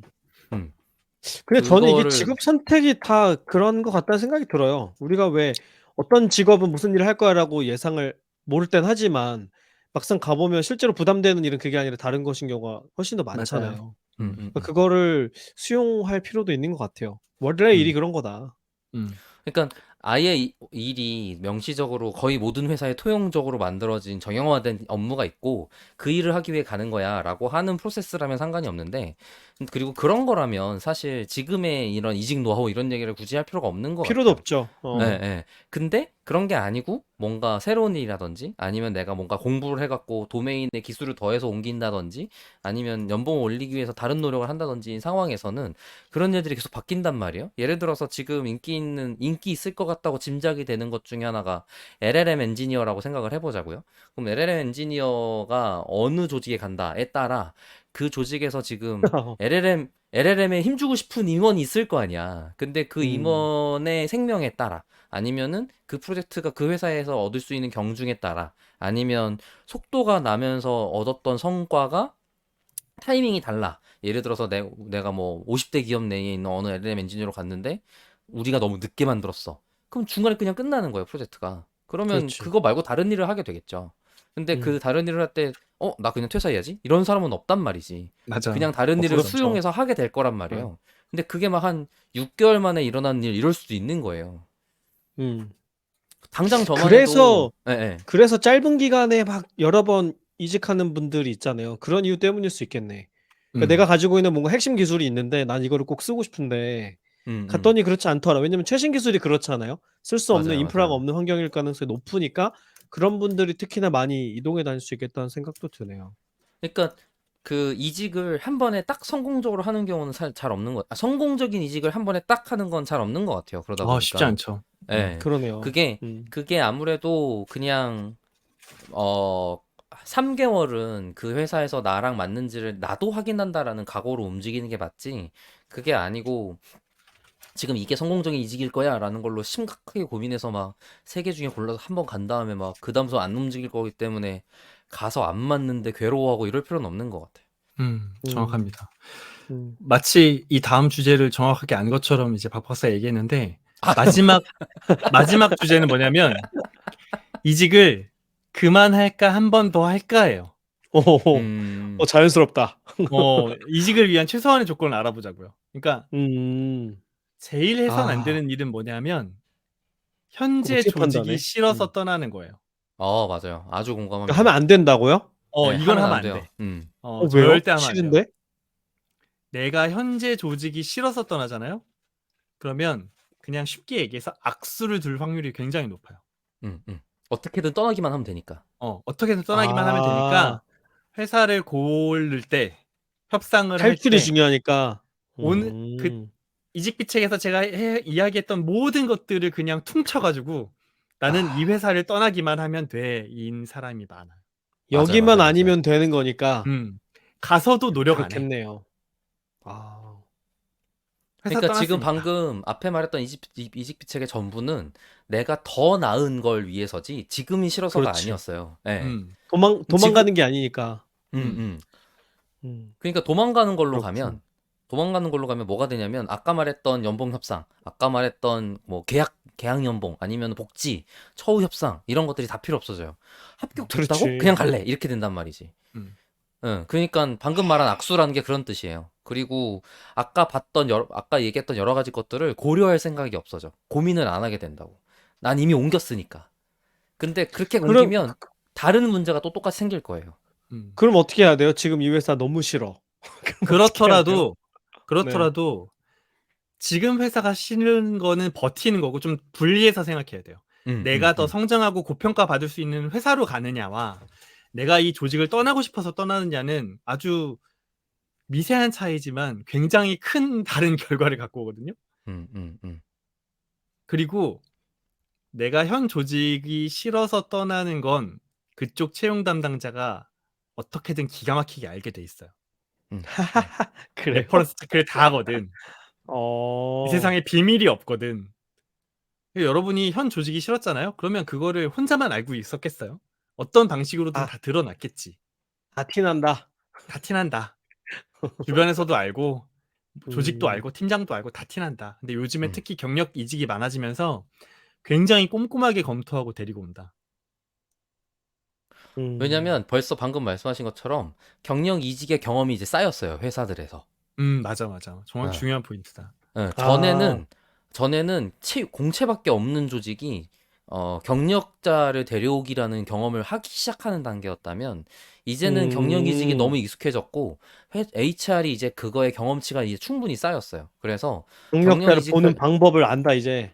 네네. 어떤 사람을 데려와야 음. 문제가 없구나. 어떤 사람을 데려와야 성과가 나는구나. 아니면 어떻게 알려줘야 이게 문제가 적게 생기는구나를 알고 있단 말이에요.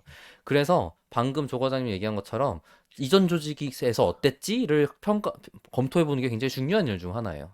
음. 옛날에는 타이틀만 보고 데려왔어요. 그냥 S전자에서 팀장이었대 그러면 묻지도 따지지도 않고 데려왔어 그냥. 요즘은 그렇게는 안 한다는 거지. 맞아요. 그런 진짜 사람도 공감 많이 해요. 많고. 음. 그쵸. 근데 그리고 이제 거기서 도망치듯 온 사람이라고 하면 다른 조직에서라고 잘 적응하면서 일을 할 건가 이걸 의심해 보게 되겠죠. 그죠? 그죠, 그죠. 네. 그리고 맞아요. 봐봐요. 여러분이 음. 입장을 바꿔 생각해 보면 조직에서 어쨌든 문제가 무슨 있었던 일이야? 사람이라고 네. 고양이들이 난리가 문제가 나서 지금 생겼네요. 뒤에서. 조직에서 문제가 있었던 사람이라고 쳐요. 그러면 다른 조직이라고 똑같은 문제가 발생하지 않을까? 똑같은 거예요. 그니까 사람 문제라면 만약에. 예예예. 음. 음. 근데 이런 생각을 할 수가 있어요. 이직을 허허. 잘했어. 이직을 잘해가지고 잘 적응을 했어. 근데 그런 생각이 들 수 있어요. 야, 이거 한 번 더 이직할까? 내가 더 성장할 수 있을 것 같은데. 한 번 더 튕기자. 한 번 아니, 더 그러니까 한 튕기자. 번 더 내가 튀자. 이렇게. 그러니까. 음. 근데 그렇다고 하더라도 인사 담당자 입장에서 봤을 때는 3년은 하자. 음. 왜냐하면 그게 길다. 그러니까 이제 채용을 할 때 좀 길긴 한데 이게 뭐 3년. 수명 주기나 뭐 이런 루틴은 뭐 이제 직종마다 조금 다르긴 해요. 근데 인사 담당자가 이력서를 봤을 때 3년 정도가 굳이 왜 이렇게 빨리 이직하셨어요라고 물어보지 않는 최소한의 연수다. 깔끔하게 그 떨어져. 3년 미만이면 무슨 일이 있었나요? 하고 묻게 된다는 거군요. 궁금하기 시작한다. 왜 궁금하기 시작해. 3년도 안 왜 있었는데요? 3년도 안 돼서 이렇게. 이직을 했지? 이렇게. 그러니까 모든 일이 약간 돌아가는 주기가 2년에서 3년이거든요, 회사는. 물론 솔직히 도메인마다 좀 다를 것 같긴 한데, 그죠? 조금 다르긴 네네. 한데 어쨌든 제가 추천하는 건 3년은 그래도 하자. 최소. 근데 여기서 중요한 게 있어요. 근데 내가 이직을 했어. 너무너무 별로야. 너무너무 나랑 안 맞고 내가 거의 취업 사기 수준으로 들어온 것 같아. 그럼 어떻게 해? 빨리 3년 그만둬. 버텨? 아니, 빨리 그냥 그만둬야 빨리 돼? 나가는 게 낫지. 예. 근데 요거는 뭐냐면 버티면 버틸수록 독이야. 손해야. 왜냐하면 나중에 이렇게 지금- 된다니까. 지금 조과장 나중에 이제- 얘기하는 거잖아, 그지? 그죠.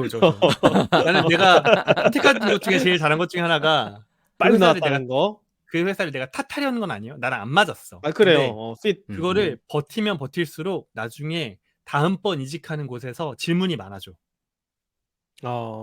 이직에 대한 사유를 물어볼 거 아니에요. 제가 기존에 있던 직장은 이런 게 안 맞아서 제가 이제 이직을 한 번 더 하게 됐습니다. 이야기를 할 거 아니에요.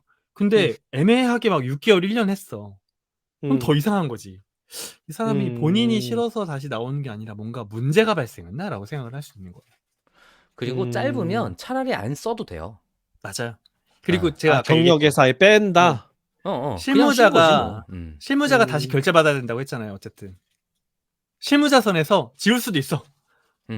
맞아. 그것도 한 말이 달 정도야. 때. 한 달 정도야. 그럼 지울 수도 있어. 그치. 그러니까 그 생각을 이제 한 달? 이 처음에 입사하는 사람이거나 경력이 좀 짧은 사람 입장에서는 참 하기 어려운데 3개월이 보통 수습 기간이라고 부르잖아요. 근데 그게 그 입사자 입장에서도 회사랑 나랑 맞는지를 평가하는 시간이기도 해요. 그래갖고 잘 안 맞으면 빨리 그만두는 게 서로에게 이익이기 때문에 그 생각을 할 필요는 있는 것 같아요. 그게 이제 대부분의 구직자 입장에서 그런 여유로운 생각을 가지기가 어렵다는 건 충분히 공감이 가지만 그럼에도 불구하고 그게 견뎌서 생기는 악수보다는 낫다라는 경험치를 직접 할 필요가 있는가 같은 정확합니다. 생각이 들긴 하는 거죠. 네네. 여러분의 인생은 유한하다. 그러니까 별로인 회사라면, 나랑 안 맞는 회사라면, 아니면 내가 생각했던 것과 전혀 다른 일이 맡겨진다면 너무 버티지 말자. 이런 이야기를. 그러니까 다른 일일 때 기회가 생기기도 하거든요. 저 같은 경우가 그랬기도 했으니까. 근데 이제 그런 것들은 이미 자기 머릿속에 좀 있거나 가치 판단이 좀 있는 상태에서 고민을 할 수 있다면 상관이 없는데 그럼 뭔가 생뚱맞아. 내가 전혀 몰라. 이래버리면 고민을 좀 하셔야 된다라는 느낌이긴 한 거죠. 좋습니다. 이제 마지막으로 조금 부록처럼 드리고 싶은 말씀이 있는데 이력서를 쓰세요. 이직을 당장 생각하지 않더라도 이력서를 써보세요. 이력서를 써보면 뭐가 장점이 있냐면 내가 현재 시장에서 어느 정도의 경쟁력이 있는지를 나 스스로 좀 돌아볼 수 있게 돼요. 자기 점검을 한다. 내가 했던 수많은 일들이 이력서에 쓰기에는 임팩트가 없구나. 그러면 내가 임팩트 있는 일을 하기 위해서는 무엇을 해야 할까를 고민할 수 있게 되거든요. 그게 비단 이직을 위해서가 아니라 현재 직장에서 인정받을 수 있는 방법이기도 해요. 그러니까 여러분 이력서를 그런 쓰세요. 일들을 잘 찾아서 해야 된다는 소리니까. 이력서를 쓰세요. 그걸 추천을 하고 이력을 관리하는 계기가 되겠네요. 그렇죠. 그리고 정말로 추천하는 거는 이직은 오래 준비하세요.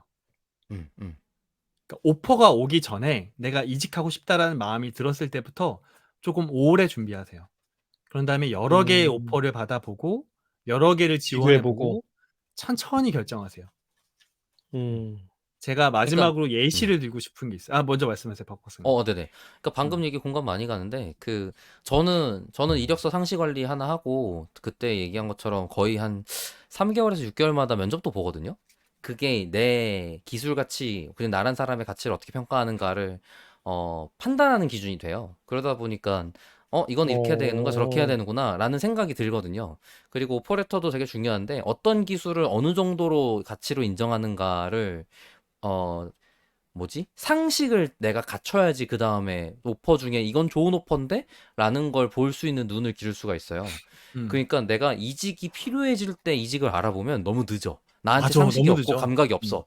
예. 나한테 음. 감각이 있어야 이직을 할 수 있거든요. 아, 이거는 요렇게 가면 좋겠다. 그리고 요 조건은 좋은 조건이구나 라는 음. 걸 아는 감각이 있어야 되는데 그거는 이직을 많이 하던지 이직 준비를 계속하고 있던지 상시 이직을 알아보는 모드이던지 이래야 돼요. 근데 이게 너무 힘들긴 해요. 음. 이직이랑 실제 내 업무 관리를 그러니까 이직 준비라는 게 거의 업무 관리 하나 같은 거가 돼서 사실은 자기가 회사 업무를 하는 것에 업무 프로젝트들에 대한 그 회사 내에 이제 실적이나 성과 관리 같은 걸 하잖아요. 그게 이제 이직 관리랑 연결돼서 같이 하고 있으면 딱 좋거든요. 근데 그거를 알고 있어서 그걸 자연스럽게 습관처럼 하시는 분은 사실 많지 않아요. 음. 그게 몸에 좀 배어 있으면 좋겠다. 그건 연습하면 도움이 되는 일이다라는 생각을 하고 있긴 합니다. 그 되게 좋은 아이디어인 것 같아요. 그 면접을 일부러 본다는 게 그런 거잖아요. 시험을 몇 번 보는 거지. 그죠? 맞아요, 그래서 맞아요. 내가 네. 이 사람의 질문에 답을 잘하는지 또 이 직무에서 일할 만한 사람을 뽑을 때 무엇을 평가 기준으로 사람들이 보고 있는지 이런 걸 이제 아는 과정이 되는 거니까. 맞아요, 그러니까 맞아요, 우리가 맞아요. 뭐 수능 준비할 때 모의고사 몇 번 보는 것처럼. 그죠? 되게 그러니까 좋은 공부 과정이 되겠네요. 맞아요. 그래서 처음 입사를 해야 되는 사람들한테는 저는 원하는 데 말고 원하지 않는데도 그냥 다 쓰라고 조언하고 음. 그냥 학습의 과정으로 삼아라. 예. 잡플래닛에 그냥 클릭해서 지원할 수 있는 데라도 우선은 해보는 게 중요하거든요. 왜냐면 어떤 직무 자리에 면접을 보는 기회라는 게 되게 희귀해요. 맞아. 근데 그렇지. 내가 좀 우위에 있는 상태에서 지원할 수 있는 회사에다가는 지원을 하면 어쨌든 면접 기회가 온단 말이야. 그리고 이 사람이 요 구직일 때 뭘 물어보는지에 대한 감각이 좀 그래도 생기면 면역이 좀 생기거든요. 아, 이런 질문들을 했었지, 맞아. 나도 이렇게 준비해야지. 이런 걸 한번 해보고 가는 거랑 안 해보는 거랑 그러네. 차이가 심하단 말이야. 그래서 저는 지금 이 구직을 한다. 첫 구직을 하는 사람이다라고 하면 이력서 100개에서 500개 정도를 목표로 그냥 무작정 넣는 것부터 해야 된다고 생각해요. 면접 30번 보기 이런 거. 제가 면접관으로 가끔 들어가 보면 이런 평가를 받는 지원자들이 제일 안타까워요. 되게 괜찮은데 면접을 못 봐서 어떻게 할 수가 없어. 그러니까 면접이 처음인 면접을 사람들은 못 봤는데 어떻게 괜찮을 수 있어요, 근데? 그러니까 이제 스펙도 그러니까 괜찮고 너무 긴장해서 그렇지 아. 사람이 되게 역량이 뛰어난 것 같아. 근데 인제 막 너무 의지가 많다 보면 그럴 수 질문할 있죠. 여지를 안 주고 내가 하고 싶은 말만 막 할 수도 있어요. 그럼 거기서도 면접에서 조금 다른 경쟁자 대비 안 좋은 평가를 받게 되거든요. 근데 아까 박 박사 얘기한 것처럼 내가 가고 싶은 회사의 면접 기회는 진짜 1 번, 2번 오는 거예요. 근데 그걸 놓치면 안 되잖아. 그러니까 인제 상시로 내가 이직의 어떤 태세로 전환돼 있어야 오는 기회도 잘 음. 잡는다. 요렇게 볼 수 있는 거죠. 음. 그러니까 예를 들어서 면접관은 내가 마음에 드는 사람이 있으면 이 사람이 내가 면접 평가에 좋은 평가를 쓰기 위한 멘트들을 해줘야 돼요. 저 음. 구직자가. 그래야 내가 음. 이런 게 좋아서 나는 이 사람을 좋게 평가했다라고 작성할 수 있다고. 근거가 있어야 되잖아요. 그러니까 사람들이 좀 착각하는 것 중 하나가 면접관은 사람을 뽑고 싶어 하지 떨어뜨리고 싶어 하지 않아요. 그렇죠. 좋은 사람 찾고 싶어 제발, 하는 거지. 내가 본 좋은 이력서를 그 좋은 이력서대로 내가 뽑을 근거를 대답에 만들어줘야 내가 이거 좋은 사람이에요라고 쓰고서는 이제 올린단 말이에요. 근데 이제 면접에 오잖아요. 그럼 당장 무슨 문제부터 생기냐면 면접관이 한 질문에 질문에 대한 정확한 1대1 대답을 하는 사람도 별로 없어요. 딴소리 하지. 그치. 긴장도 되고. 그러니까 그냥 딴소리 하는 경우가 음. 여러 가지인데 예를 들면 원래 자기가 해야 될 말만 그냥 주구장창 하는 사람도 있고 준비해 온 거. 네, 준비해 온 거. 그냥 어. 자기가 넘겨 짚어서 그 다음 거 그냥 미리 말해버리는 사람도 있어. 근데 면접관 그쵸. 입장에서는 요 대답을 들어야 그 다음을 후속 질문을 할 텐데 딴소리 하는 거예요. 그걸 그 잘하는 사람도 별로 없어요, 질문을 우선. 잘 예. 파악을 못하고. 음. 근데 이제 요거를 연습하는 방법은 면접을 보는 수밖에 없어요. 그 얘기하는 거예요. 그러네. 그래서 네네. 그러네. 면접 경험을 음. 해서 많이 연습을 해봐야 이제 이런 대답을 해야 되겠구나. 이건 이렇게 정확하게 대답하는 거구나. 이게 되는 거라서 그거가 내가 잘 봤는데 이게 혼자는 그래서 그냥 면접관이라도 해봤으면 좋겠다는 생각이 드는 게 면접관 한 번 해보면 알아요. 딱 한 번 해보면 그렇지. 뭘 이거 이상한 보는구나. 소리인 거구나. 예, 예. 음. 이게 보이는구나. 이런 생각이 든단 말이에요. 그래갖고 그런 생각을 하면 좋죠. 그래서 음. 저는 이제 면접 경험이 그래도 있는 편이니까 반대로 이제 면접관이 질문하면 이제 대답 정확하게 해주고 그 다음에 이제 팔로업에 대해서 이런저런 얘기를 좀 더 하죠. 하다 보니까. 그리고 제가 질문할 것들도 좀 풍부하게 있는 편이고 회사의 자리가 어떻게 됐는지 지금 뭐 재무 상태는 어떤지 지금 팀은 구성이 어떻게 되어 있는지 팀 내에서 제가 가면 어떤 역할을 수행하게 되는지 이런 것들을 질문하게 돼요. 근데 이제 그러면 각이 쓰지. 내가 가면 요런 일들을 할 수 있겠구나. 이거는 내가 지원받기 힘들겠구나. 이런 각들이 좀 쓰는 거죠. 음. 이제 면접 이야기까지 해서 어떤 마지막에 준비 단계까지 여러분께 말씀을 드렸는데 제가 마지막으로 두 개만 딱 말씀드릴게요. 이제 컨텐츠를 마무리할 때가 됐습니다. 이직은 저는 두 개로 비유하고 싶어요. 첫 번째는 여러분을 시장에 내다 파는 거예요. 리터럴리 그래요. 여러분을 그냥 시장에 내다 파는 거예요. 집에만 있던 여러분을 밖에 내다 놓고 이거 얼마짜리고요. 어떤 기능을 하고요. 어떤 장점이 있고요. 이걸 사가시면 어떤 좋은 점이 있어요. 이 이야기를 하는 거예요. 근데 우리가 당근마켓에 물건 팔고 자동차 중고차로 팔고 뭔가를 팔 때 굉장히 신경 많이 쓰잖아요. 제가 이직비책 컨텐츠를 쭉 다루면 어떤 분들은 그거 뭘 그렇게 복잡하고 길고 막 이렇게 준비하나 라는 생각이 들지만 여러분을 시장에 내다 파는 거예요. 그 누구도 아니고. 여러분이 중고로 굉장히 이제 팔겠다고 박스도 집에다 쟁여놓는 마당에 예쁘게 그러니까 보이겠다고. 예. 엄청나게 잘 준비해야 된다는 거고 두 번째는 이건 제가 되게 좋아하는 비유인데 이직은 이민이에요. 이렇게 생각하면 심플해요. 이직은 이민이에요. 근데 이민 가면 뭐 준비해요? 일단 언어부터 준비하죠. 그리고 언어도 알아보는 거 있죠. 엄청 많죠. 언어, 문화, 기술 다 달라요. 이민은 왜 가요? 내가 그 국가를 바꾸기 위해서 가는 거예요? 아니잖아요. 그죠? 더 나은 이민은 삶을 위해서. 더 나은 삶을 위해서 가는 거예요. 내가 더 잘 살아보려고 가는 거예요. 내가 GDP가 높은 국가에서 살아보고 싶고 내가 원하는 문화에서 살아보고 싶고 내가 원하는 꿈이 있기 때문에 가는 거란 말이에요. 이민 가면 어떻게 해요? 그 국가를 나에게 적응시키려고 해요? 거기 있는 사람 만날 때마다 저 한국에서 왔는데 한국에선 이래요 이렇게 이야기해요? 절대 안 그렇잖아요. 중국인은 그렇게 하는 것 같던데? 야 그런 얘기 하지 말자. 야. 자, 물론 그런 사람도 있지만 그래서 어쨌든 네. 내가 적응하는 게 저는 맞는 방향이라고 생각을 해요. 우선 이민 가서 잘 된 사람들 다 어떻게 했어요? 내가 적응해서 나의 방식으로 성공했어요. 나의 방식으로 성공해서 그 다음 내가 적응한 게 아니라. 그래서 이직비책에서 한 모든 것들이 다 그런 맥락에서 여러분께 말씀을 드린 거라고 생각해 주시면 좋습니다. 두 가지만 기억해 주시면 될 것 같습니다. 나를 시장에 내다 파는 게 이직이다. 이직은 이민이다. 이 관점으로 준비하시면 이직의 성공뿐만이 아니라 성공적인 이직까지 할 수 있다. 이렇게 생각을 하면서 컨텐츠를 마치도록 하겠습니다. 자, 그러면 우리 두 분의 소감 듣고 마무리하도록 할까요? 김 팀장님 어떻게 들으셨어요? 2회에 걸쳐 들으면서 네.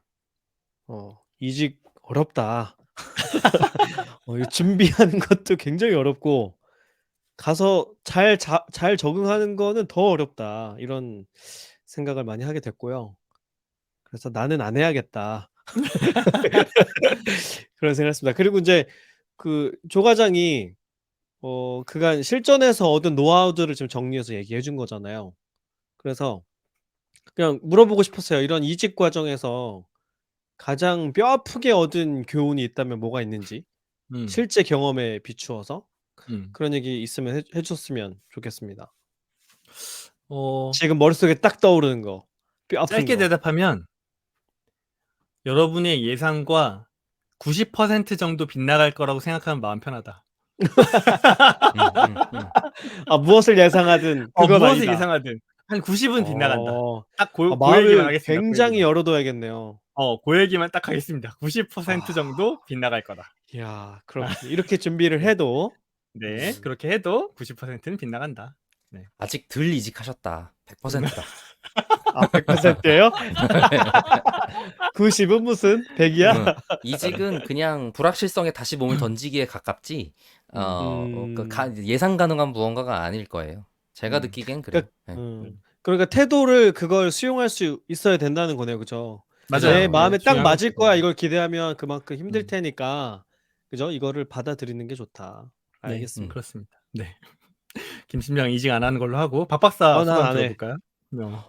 저는 김 팀장 소감에서 좀 특이하게 느꼈던 것 같아요. 지금 이직하는 사람들이 가지는 것보다 훨씬 더 어려운 단계에서의 업무 상황에 있으실 텐데 그거를 힘들다, 어렵겠다라고 말하는 게 참 특이하게 느껴졌던 부분이에요. 왜냐면 모든 계약이 새로운 이직에 준하는 판매 행위일 거고, 그리고 그 아까 말했던 이직하기 위해서 외부 리소스, 인프라나 리소스를 확보해야 된다고 제가 조언 드린 게 있는데, 김 팀장은 외부 리소스밖에 없고, 그리고 자기를 셀링하거나 브랜딩 해야 되는 일들이 필요한데, 제가 느끼기에는 내부에서 필요했죠. 그러니까 랩테이션 만드는 과정을 통해서 회사 내에서 어떤 일을 하기 위해서 뭐 인정을 받고 성과 인정받고 이런 거 해야 되는데, 김 팀장은 아예 외부에서 인정받는 행위까지 진행해놓고 그거 갖다가 셀링을 하는 거잖아요. 그러니까 프리랜서가 더 힘들 텐데? 라는 생각이 좀 먼저 들었던 것 같아요. 제가 들으면서 느꼈던 점은. 짧게 답을 하면 좀 상황이 네. 다른 게 저는 사람들이 저를 찾아오지 제가 찾아가지 않거든요. 그러니까 성공적인 이직을 하는 사람은 그래요.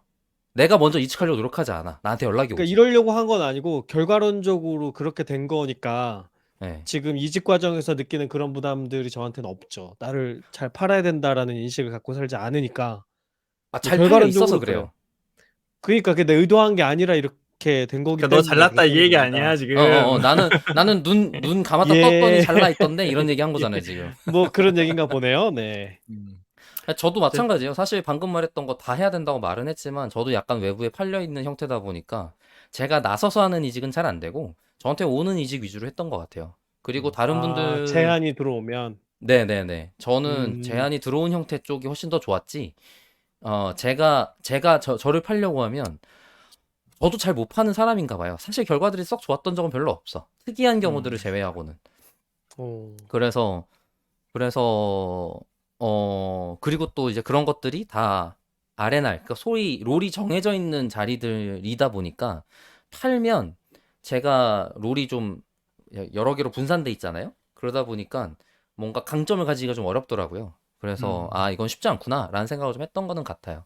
그리고 네, 그리고 이제 조 과장 얘기 들으면서도 저도 이직을 좀 했다 보니 이제 이런저런 생각도 좀 들고 다행히 이제 스타트업이랑 대기업 경험이 다 있다 보니까 그리고 지금은 스타트업에서 이제 채용을 해야 되다 보니까 이런저런 생각들이 자꾸 드는 것 같아요. 대기업에서는 제가 경험했던 대기업에서는 머리가 좋아서 어떻게 무슨 일을 시켜도 적응 잘할 사람이 좀 더 인지상에 가까워 보이고요. 제가 느끼기에는.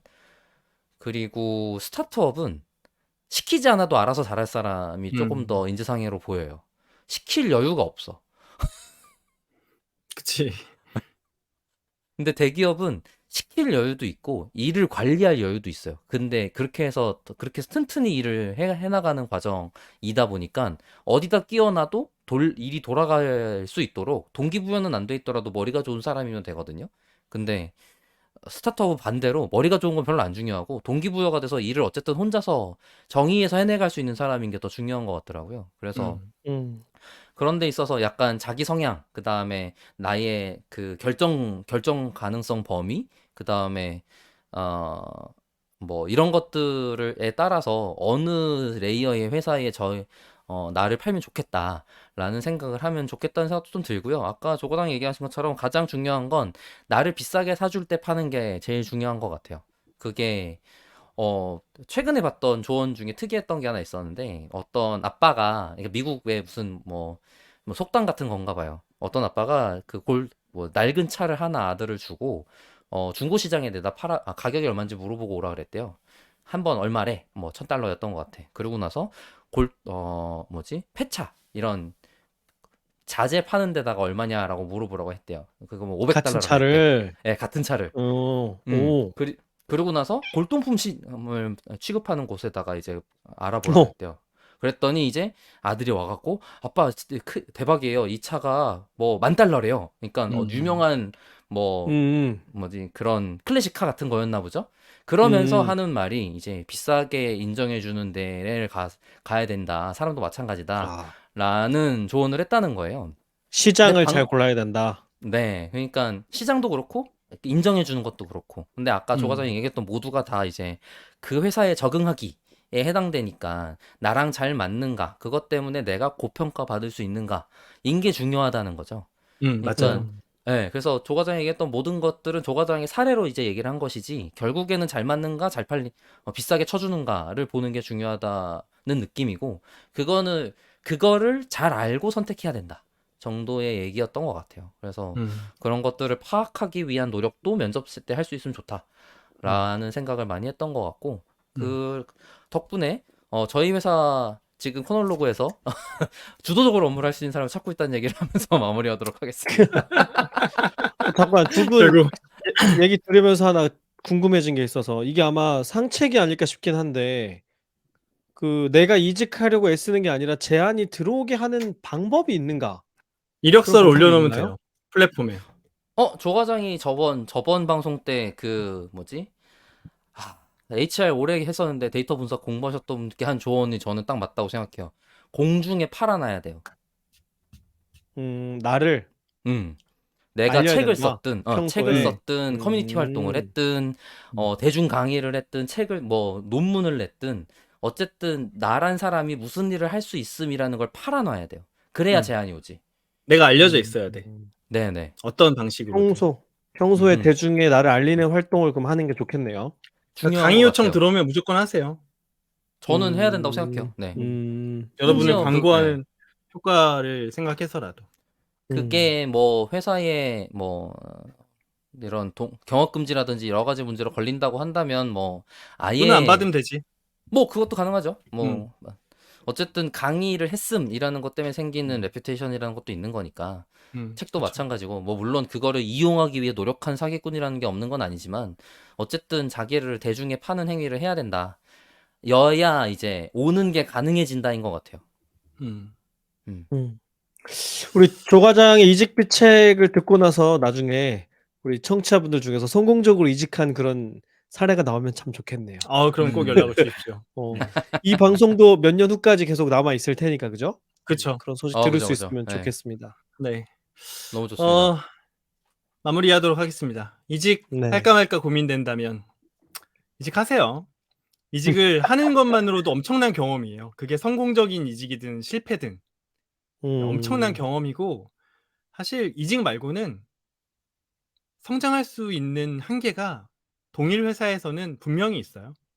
그러니까 뭐 이직하십시오. 네, 고민하고 있다면 이직하시고 열심히 잘 준비하셔서 하시고, 이직의 성공뿐만 아니라 성공적인 이직을 하는 데이터올릭 청취자분들 되시길 바랍니다. 그러면 컨텐츠 마칠까요? 네. 저희 데이터올릭은 더 재미있는 컨텐츠를 가지고 다음 방송으로 다시 인사드리겠습니다. 감사합니다. 감사합니다. 감사합니다.